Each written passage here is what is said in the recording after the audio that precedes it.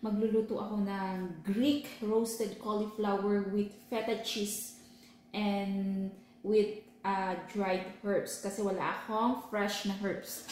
So, syempre, bago ang lahat ay ready na ang ating oven. So, nilagay ko sa 425 degrees Celsius at syempre ang ating pan. Ayan, ready na rin with parchment paper. So, ito guys, kung gusto nyo magluto, alam nyo, ito ay my own recipe actually. First time ko gagawin ito ha. So, malalaman natin ito mamaya kapag matikman natin kung ano ang lasa. Kasi, buti na lang mayroon kaming feta cheese. So, una, ang gagawin natin dito ay ilalagay natin ang mga dried ingredients, which is 1 teaspoon garlic powder, 1/4 teaspoon pepper, 1/2 teaspoon kosher salt, and 1 teaspoon oregano, dried oregano. Tapos, imimix lang natin dito guys, dito sa ating cauliflower kasi i-bake natin ito. And then, I prepared also 4 tablespoons of olive oil. Pero hindi natin ito ilalagay lahat dahil gagamitin natin ang 2 tablespoon mamaya dito pagkatapos na maluto. So, mag-iwan tayo ng 2 tablespoons. Naghugas na ako ng kamay guys, okay? Tapos, ayan, lemon zest. So, ilalagay natin ito lahat. At i-mekos-mekos natin ito. Simple lang to guys. Next, feeling chef. Actually, alam nyo, habang tayo ay nagmi-mix dito, ako ay naloloka na talaga dito sa bahay nito dahil hindi ko alam kung ano na ang lulutuin ko. Dahil lahat na lang ata ng recipe ay nagawa ko na. Buti na lang nandyan si Mr. Google at si Mr. YouTube. Ito, hindi to galing kay Mr. Google, kung hindi my own recipe. Finish chef. Alam nyo guys, sa totoo lang, parang nagamit ko ng aking course. Okay? Alam nyo ba kung anong course ko sa Pilipinas is food tech. Actually, hindi naman ang food tech ay sa pagluluto lang. Ang food tech ay mostly siya sa mga factory, like mga canned foods, quality controller, ganon, di ba? So, kwento ko sa inyo konti. Nung college ako, OJT ako ay sa B4, Pilcoa, Quezon City. Ayan, ang dami kong natutunan doon, kaya lang nakalimutan ko na lahat. Hindi ko tuloy nagamit ang aking course kasi may binigay sa akin ng aking instructor na book na pang business. Hindi ko alam kung nasa na yung book na iyon. So, wala na. Kaya hindi ko nagamit. Wala lang. Pinento ko lang. It looks good smell, ha? So, hindi ko alam kung anong lasa to guys. Kasi paulit-ulit na lang yung recipe ng cauliflower na ginagawa ko. Alam nyo ba yun? Nakakaumay kaya. Pati ako nauumay na rin ako. Yung mga tao dito sa bahay, hindi naman nagre-reklamo sa akin kung ano yung mga pagkain na ginagawa ko araw-araw. Pero parang ako tuloy ang nauumay sa kanila. Yan.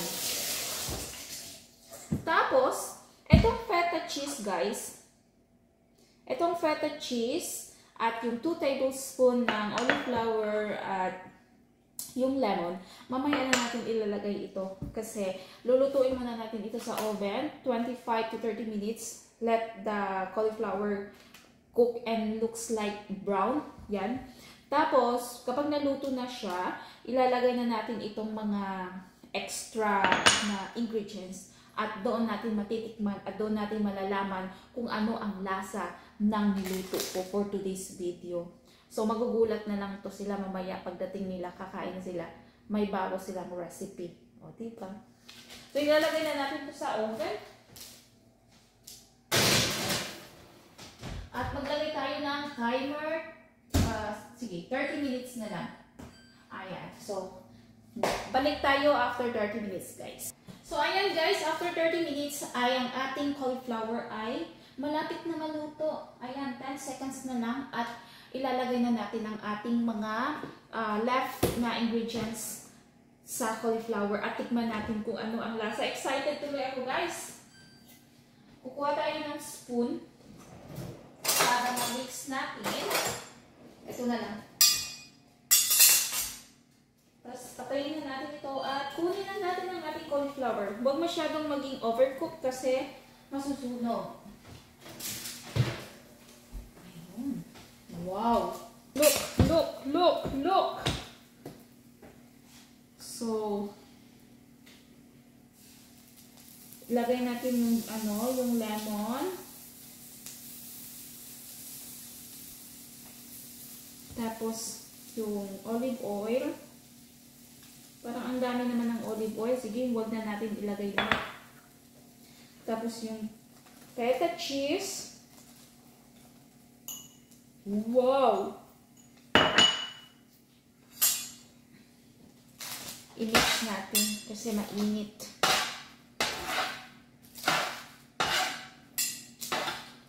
Ano kaya ang lasa nito?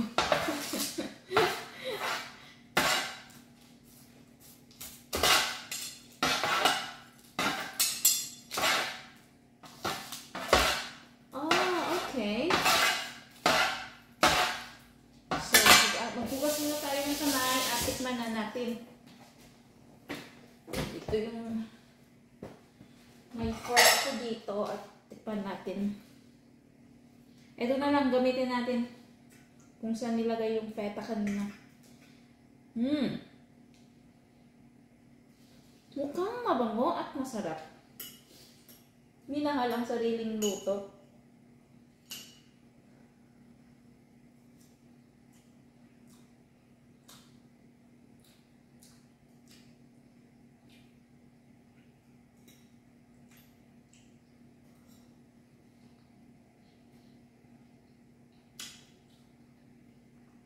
Nasarap.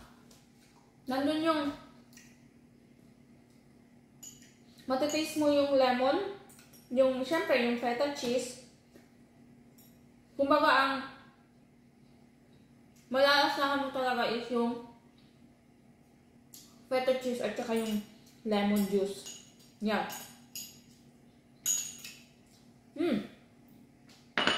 Masarap. Perfect. May bagong recipe naman ako. So yun lang guys, maraming salamat. Ito lang ang ating video for today's. Bye! Guys, may nakalimutan ako. May mint pala kami dito sa labas. So, lagyan natin ng mint, yung cauliflower, para may kulay naman. Ay, malamig na. So, kukuha tayo ng konti. Pang design lang to guys, para may kulay. Kasi, pwede naman maglagay ng dill, mint, or basil. So, mint naman ito. Kaya, ito na lang ang ilalagay natin.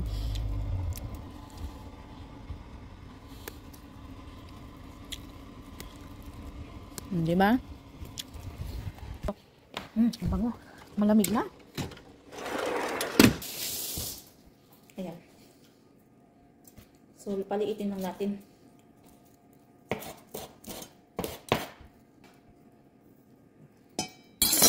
Ayan. Pang-design. Diba? Nagkaroon siya ng green. So, ayun lang guys. So, thank you so much for watching. Bye!